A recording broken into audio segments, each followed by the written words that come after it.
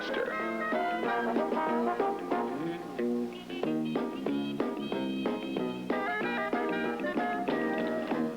It's a family game, fun for children. And for adults, it's exciting.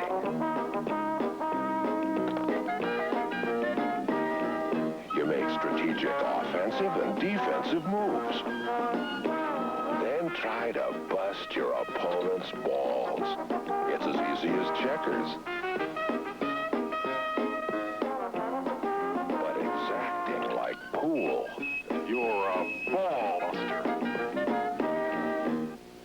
Ball Buster, a great new game from Mego. All right, this is great. Hey, I'm going to start up the movie in just a minute. It's called Invasion of the Animal People. But look at this. Sometimes posters are better than the movies. Look at this one's from a movie. This was from 1966. It's called The Navy versus the Night Monsters. And there's this big, I don't know what the heck that is. It looks like a big tobacco plant or something. And it's grabbing this chick here, and the plane's dropping bombs. It says a nightmare comes alive. Terrifying acid-bleeding monsters multiplied by the millions, ready to cremate the human race. Isn't that great? That's hilarious. Beware of the night crawlers. Their clutches will disintegrate you.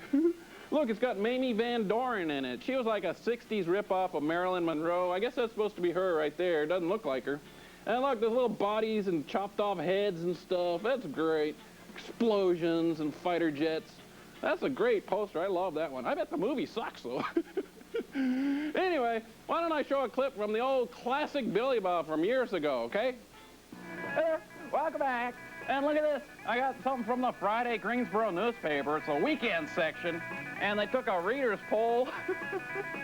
And they said, who's the most obnoxious TV personality? And I lost to Frank Deal. Darn. That's his laugh right there. So his Frank Deal was the most obnoxious, and then me, and then Bill Copal and Mike Hogwood. So remember, if you're trading autographs, it'll take 2 Mike Hogwoods to get 1 Billy Bob, and 2 Billy Bobs equal 1 Frank Deal. So remember, you know, it's kind of like trading baseball cards. And look at this. It's the folksy kitty show moron of WGG. A moron. Yeah, a moron than anyone else. I'm on 7 hours a week. Well, I'll be back, so stick around, okay? The show starts in 3 minutes. So let's all go to the lobby to get ourselves. Just show posters for 2 hours every night instead of showing the movies. The posters are better. Look at this one. It's called Yog the Monster from Space, 1971. Look, there's little Apollo spacecraft flying right here. But on this side, there's like these Star Trek Enterprise rip-off ships coming here shooting lasers. I don't know what the deal is. And some octopus in outer space grabbing the Earth. That's hilarious. I've never seen that one. Maybe I'll try to get that movie sometime. But I can only show movies that are public domain, which means no one owns the rights to them, so they have to be really crappy, and no one wants them. Unless they get really famous, like It's a Wonderful Life, and then Ted Turner or somebody will buy it and colorize it or something. Well, why don't I show a clip from next week's movie, and we'll see how bad that one is, okay?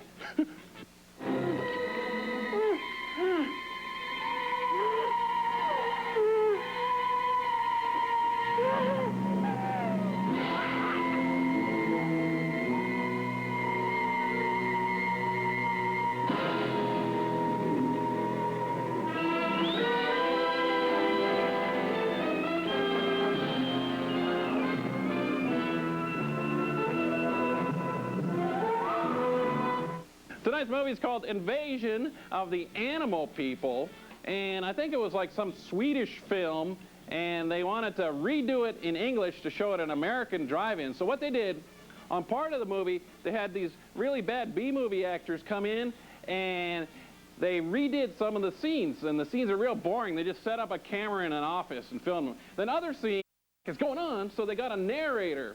So half of this movie is narrated by John Carradine, and he's a famous actor who was in more movies than any other actor, about 300 movies or something, including lots of classic horror movies and westerns and stuff.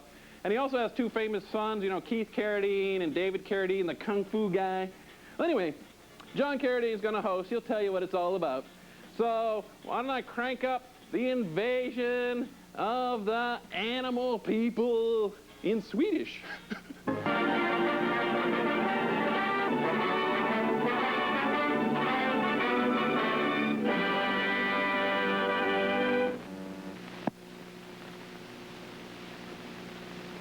The main functions of science can be termed as primarily comprehension and control.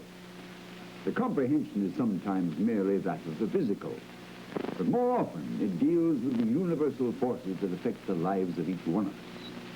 Strange, little understood phenomena have been observed in the depths of our oceans and deep within the mass that underlies the crust of this globe upon which we live. With the help of instruments and the accepted natural mathematical laws, we have been able to expand our comprehension, but to a small degree. Man has learned that life is everywhere, and although we are part of it, it seems the thing we understand the least. The great mysteries we seek to unlock could be no more manifest than within our own being. Actually, our quest for comprehension is perhaps most complicated by the fight of control.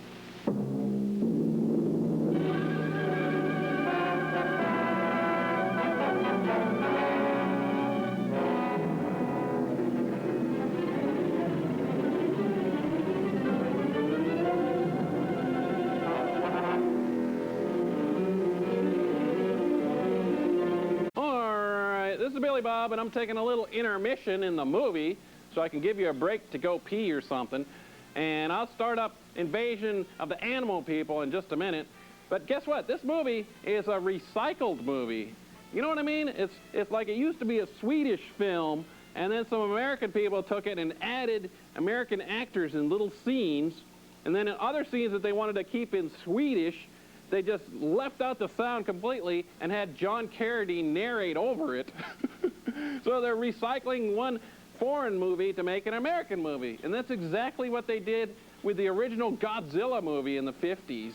They took the Japanese Godzilla movie, and then they had Raymond Burr, you know, Ironsides and Perry Mason. He came in and did some American scenes, like a reporter watching all the old Japanese scenes. So it's been done before. Recycling old B-movies. So it's a double B-movie. Hey, guess what? They're coming out with a new Godzilla movie this summer. It's going to be great. Well, what I'm going to do now is show an old commercial from the 50s. I don't know if it's recycled or not.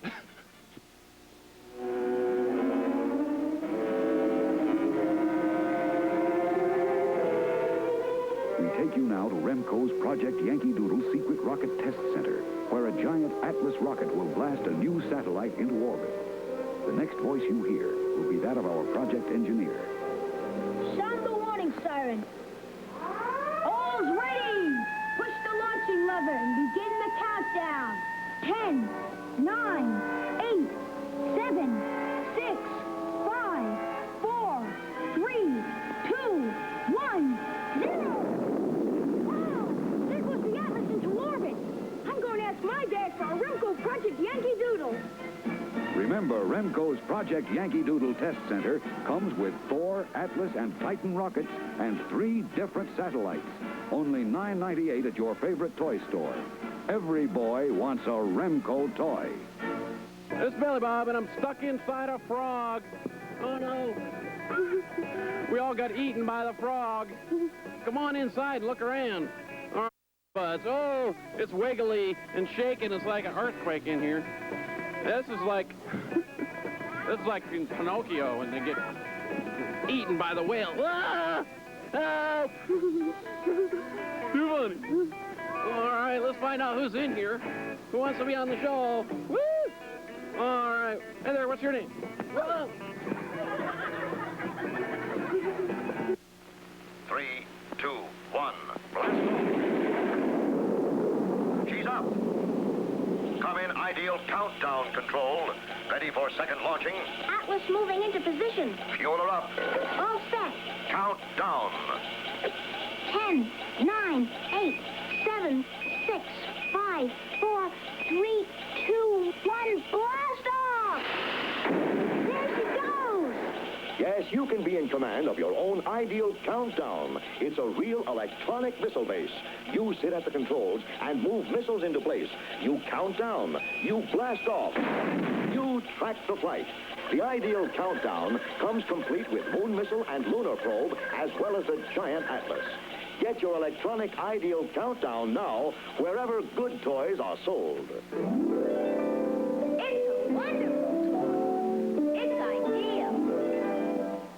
Junior, you're getting silly string all over the place. Let me have that, Junior. There's a cartoon starting up. Gross. What are you doing? So mean, Bill.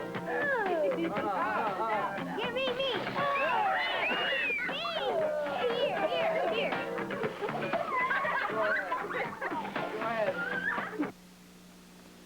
Who will be next to launch man in space? Me. And so can you with Deluxe Man in Space set. You get a rocket launcher, defense base, and 3 different nose cones. Up goes the astronaut to the top of the launcher. The gantry moves in. The space capsule is locked on the mighty Atlas rocket. Blast off! There he goes! Man in space! Enemy bombers approaching. Flash the alert. Open fire! Deluxe man in space, complete with missile base. With astronaut and satellite, you send them into flight. 3, 2, 1, fire! Deluxe man in space. Wow, what a toy! Deluxe Man in Space is sold only at food markets. Let go. All right, let's get back to the movie on Billy Bob's Killer Bees. All right, I'm taking another intermission in tonight's movie. Oh, it's called Invasion of the Animal People or something. Wow, this is great. Look at that awesome camera work. Mr. Cameraman's doing a great job. I wish he had worked on this movie, because this movie stinks as far as camera work. They just leave the camera set up for these 5-minute scenes, and all the outdoor stuff is too bright. I guess I don't know what the heck an f-stop is. It's all washed out. And I still haven't figured out what this movie's about.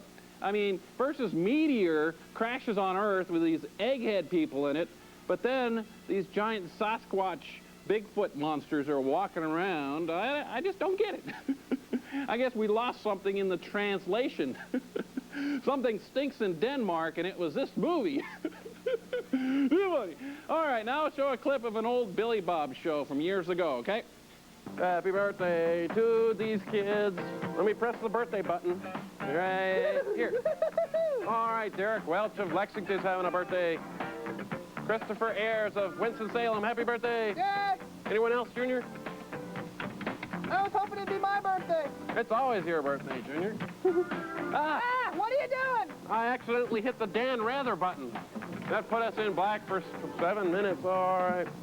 Hey, guess what? We're giving away free tickets to the Carolina Thunderbirds game in Winston-Salem because we're having... I lost my eye again. Oh, Junior. This is really irritating. Junior's contact fell out. It fell in my butt. Oh, Junior. That's too bad. Steve, you do this one, Junior. Steve LaFavy. Yeah, that sounds good. From Winston-Salem, yay! And Christina Pillsbury. Woohoo! Woohoo! Woohoo! I'm a doughboy. But World War I's over, so what am I gonna do? All right, Misty Moorfield of High Point. Oh, the parents are laughing. Cindy Smallwood of Ashboro, yay! Jessica Lowell of Greensboro, yay! Jeff Leopard, what? What was that? I think that was Dick Clark's countdown. Number 5, Jeff Leopard, Animal, whatever that is. Number 4, George Michael. Number 3, Steve Winwood. Number 2, Aerosmith. It's Casey Kasem. And the number 1 hit, Whitney Houston. So emotional. All right. My hair hasn't changed since 1950. All right, hey, Junior, you want to see a Bullwinkle? What has all that got to do with the show? It has nothing to do with the show, but then whatever does.